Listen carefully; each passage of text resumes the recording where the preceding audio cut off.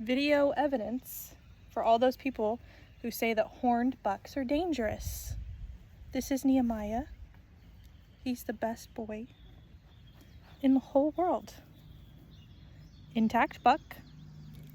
He doesn't even smell bad. He's such a good boy.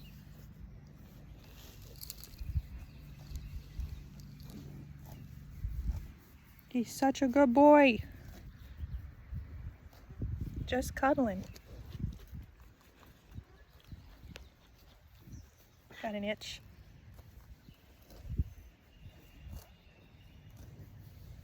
Goats need their horns for regulation, to regulate their body temperature. Their horns help them like like air conditioning.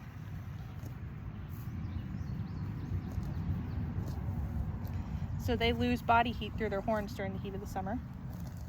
Oh, you're such a love. They're also for self-defense against predators. I've never had a problem with them getting their horns stuck in the fence. And for the people who say that, you know, you're gonna have to put them down someday because they're gonna have to break a horn, I've heard that one a lot. They'll break a horn. Those horns just break off, don't they? They just get cut in the fence and they just snap right. No, they don't. Look at the size of his horn. And, oh, excuse me, sir. Look at the size of his leg. Saying that taking their horns off is for their own safety is like saying you should take their legs off because their legs will break. No, we don't take the horns off. God gave them horns and they get to use them how God intended, and they're not dangerous. Not even for little kids. Like, I've never had a problem with small children and horns. I've been playing with horned goats since I was a small child.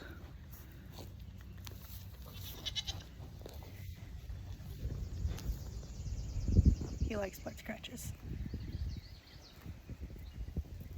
And this is Obed. He is a wether with horns. Yeah. His horns are beautiful. Yeah.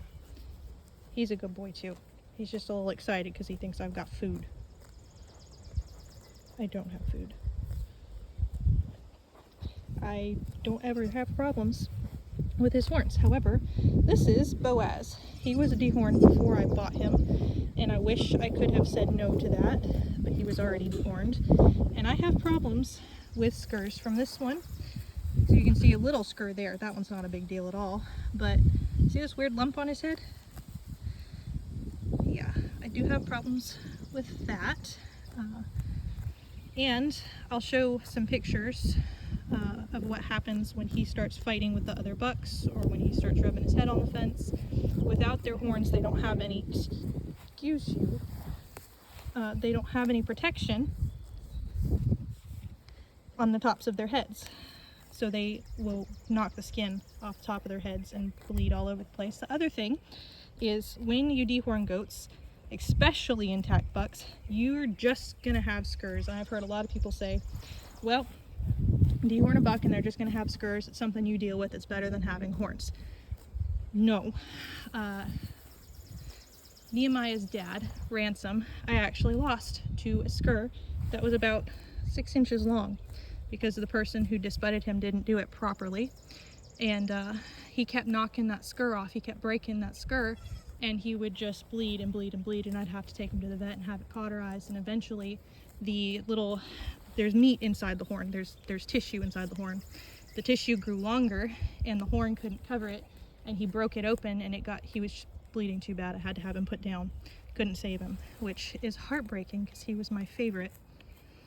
So there are way more cons with disbudding than there are cons for horns.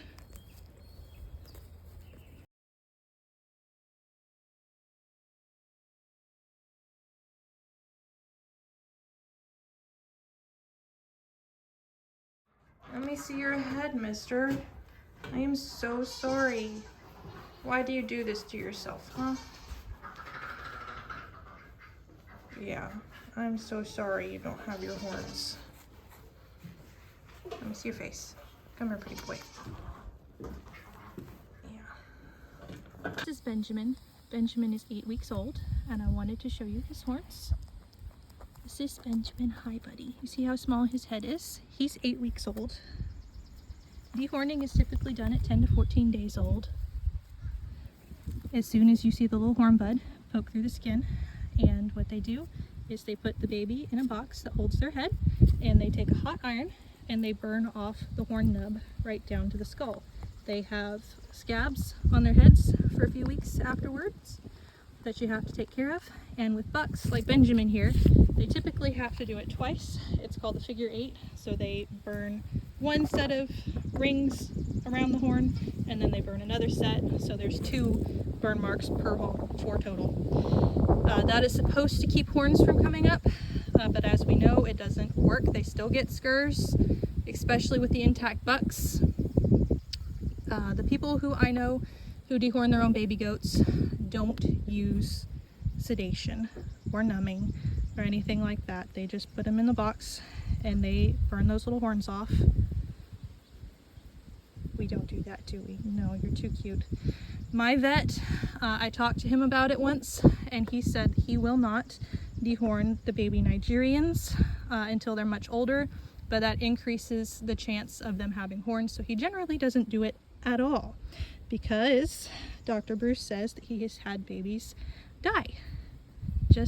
They do. Some of them just don't take it well, and sometimes if it's an accident, you just hold that iron on a second too long and their little brains overheat, and there are casualties involved in dehorning sometimes. No, I'm not saying that everybody who dehorns goats is bad people. They have their reasons and their methods for doing it. I know some good friends who do it. I'm not mad at them, but what I'm saying is I don't do it. I don't, because you're too cute, and because I've never had problems with horns, but I have had terrible problems with scurs.